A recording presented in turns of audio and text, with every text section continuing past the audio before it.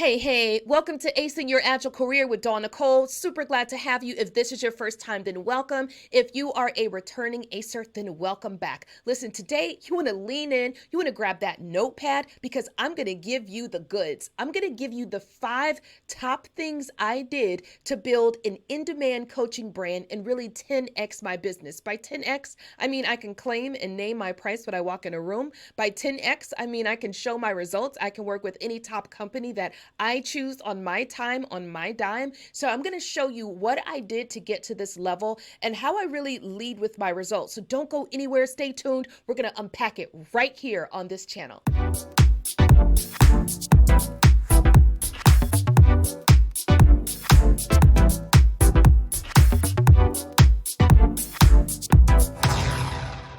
Hey, it's your girl Dawn Nicole here. And listen, if this is your first time here, welcome. Make sure you like and subscribe so that you can continue to get some really good video content as I drop these videos. And if you are a returning Acer, of course, we're super happy to have you. So lean in, come with me. Today, I'm going to unpack the 5 things that I did. I know that looks like 10, but I meant 5. The 5 things I did to really start to 10x my brand as an Agile coach. So let's go ahead and jump in. Number 1, the first thing I did, you all, is I built my Agile coaching brand. No, not a personal brand. And no, I didn't specify professional brand because Dawn Nicole, professionally and personally, is authentically the same person. I am an Agile coach. I'm coaching in everything that I do, even without trying to, right? I'm always giving advice, consulting or coaching or listening or some matter. So the point is build your brand. Don't worry about, well, do I build the personal brand or the professional brand? Build your brand as a coach or a scrum master or whatever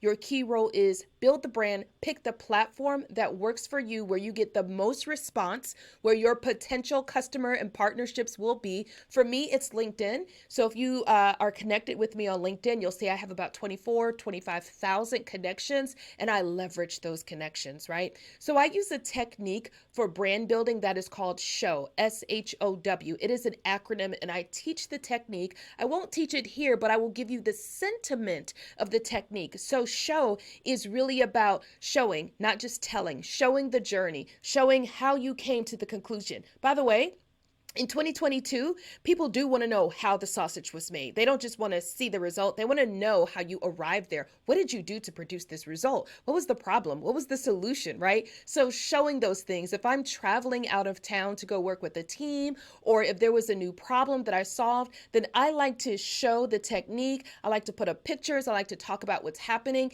And this is how I feed my audience. I want to be top of mind and known for everything Agile. So I did this intentionally. Remember, success is by design. It is not by accident, okay? So build your brand. That's the first thing. Number 2, the next thing, I understand the difference between being strategic and being tactical. And as a coach consultant, this is really important. Dawn Nicole, what do you mean here? Let me tell you, folks, sometimes when there is a problem, I see that my fellow coaches or people just want to jump and solve the problem. So when it comes to coaching and consulting, it is really about using 2 modes of thought. You have to understand how to think fast and slow, all right? They are different modes of thinking, and sometimes you have to use them at the same time. For example, when it comes to tactics, being tactical are the steps. What am I going to do next? Some people might just jump to be tactical to solve a problem, but the strategy is not just about the what, it's about the how and the when. So it's understanding how to be strategic in your tactics.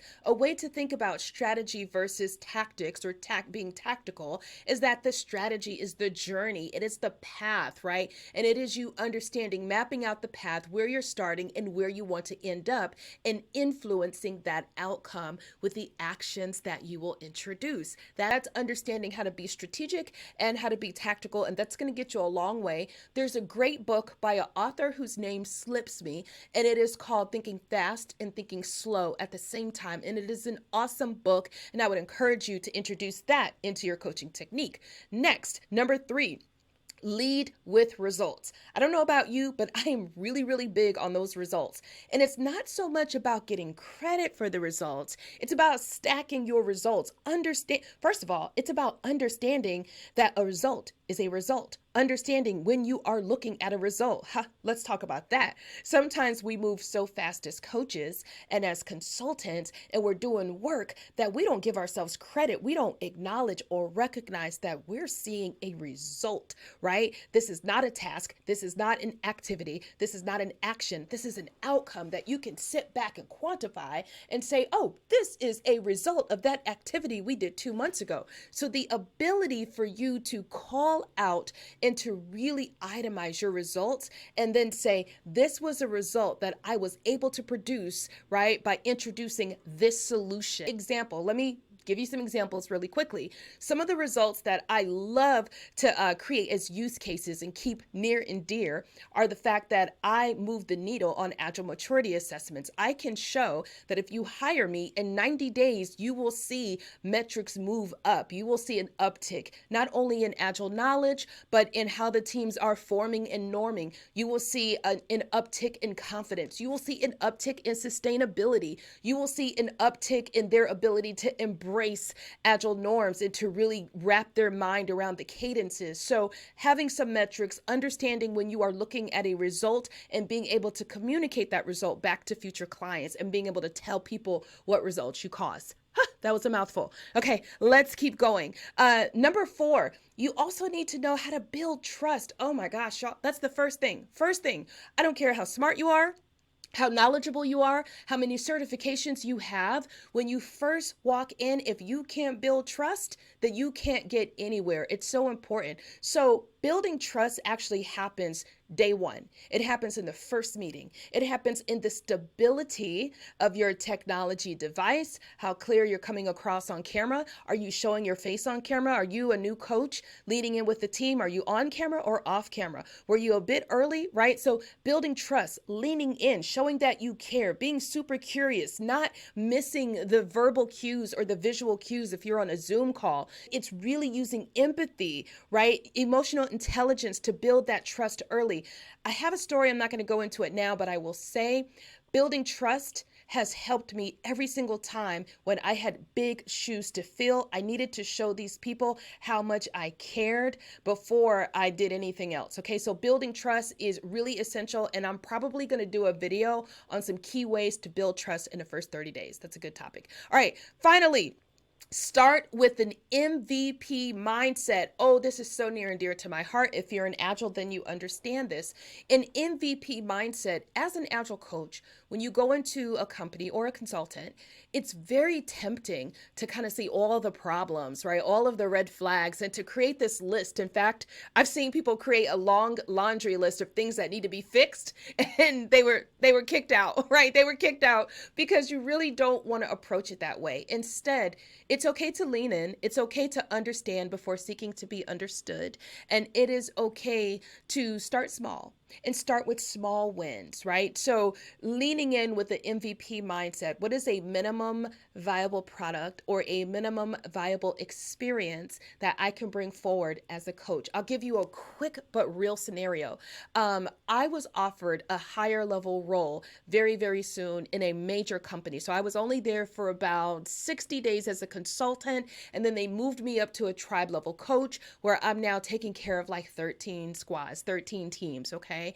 And so when I first got there, I remember thinking, oh my gosh, I have to build trust. But the way that I built trust is I produced a minimum viable product. And what the minimum viable product is, or was at the time, is we were near ABR, so the annual business review, which then big room planning was coming. So this is where we were getting ready to plan all of the work for the year, right? 12 months of a future cycle of work.